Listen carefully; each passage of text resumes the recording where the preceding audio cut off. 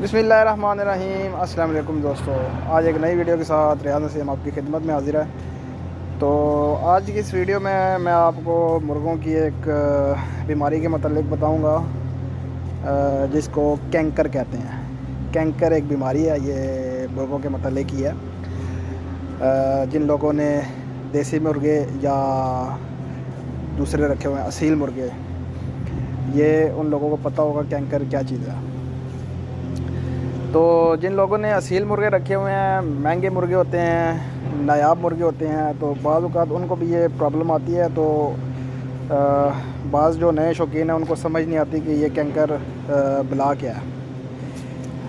Canker में जो निशानियां होती हैं वो आपका मुर्गा जो है ना वो खांसता बड़ा है, छींकता बड़ा है, बार बार छींकेगा, और उसकी जो जबड़ियाँ होंगी, जबड़ियों के इर्द गिर्द जनाब वो उसके मुंह से बलगम निकल के वो साइडों पे लग जाएगा, तो वो दाना वगैरह भी नहीं खा सकेगा सही।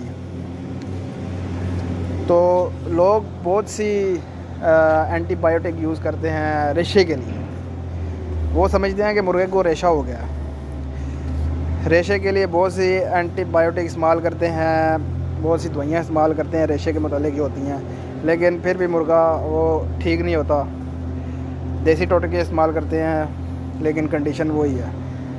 तो ऐसी सूरत में जब आपके मुर्गे ज़्यादा छींक रहे हो और बार बार छींक रहे हो, तो भाइयों को चाहिए, जिन लोगों ने या जिन भाइयों ने रखे हुए हैं ये मुर्गे, वो उनका मुंह खोल के चेक करें। कैंकर में उनके मुंह में छाले होते हैं,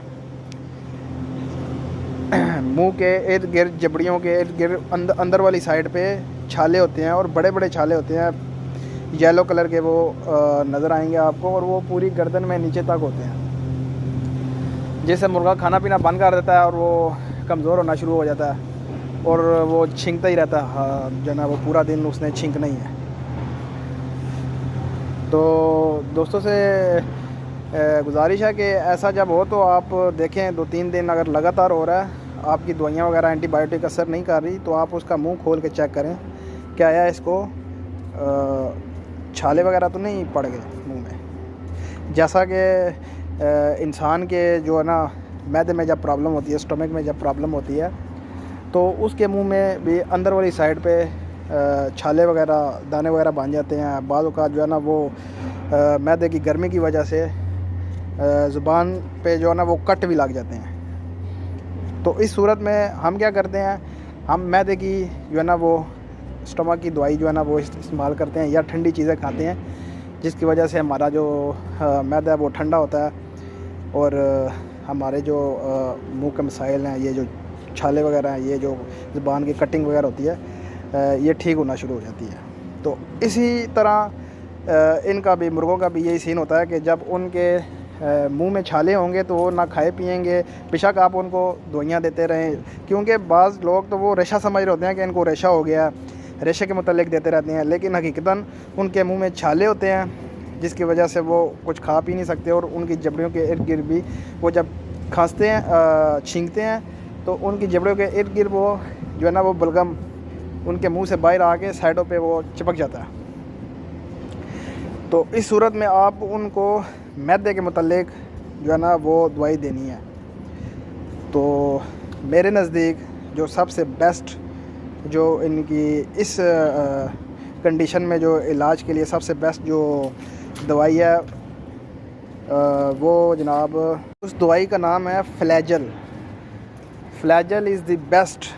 इस काम के लिए बहुत ज़बरदस्त वो काम करेगी, आपकी जो है ना इसके मैदे को ठीक करेगी, ज़बरदस्त रखेगी उसको, और वो उसकी ये जो मुंह के छाले हैं ये दूर करेगी। तो इस बीमारी में आप देखें, जब मुर्गा इस बीमारी में पड़ जाए, आप 2-3 दिन अपने मुर्गे पे नज़र रखें। अगर वो नहीं ठीक हो रहा आपकी दवाइयों से, रेशा वगैरह दवाई देते हैं आप, तो आप उसके मुंह चेक करें, तो छाले वगैरह हों तो उसको सबसे बेस्ट जो दवाई है वो फ्लैजल जो है ना वो यूज़ करवाएं। तो और भी दवाइयाँ हैं मैदे के मतलब, लेकिन फ्लैजल जो है ना वो सबसे बेस्ट है। तो उम्मीद करता हूँ आपको आज की ये वीडियो, छोटी सी वीडियो थी, आपको अच्छी लगी होगी। तो मिलते हैं नेक्स्ट वीडियो में। अल्लाह हाफ़िज़।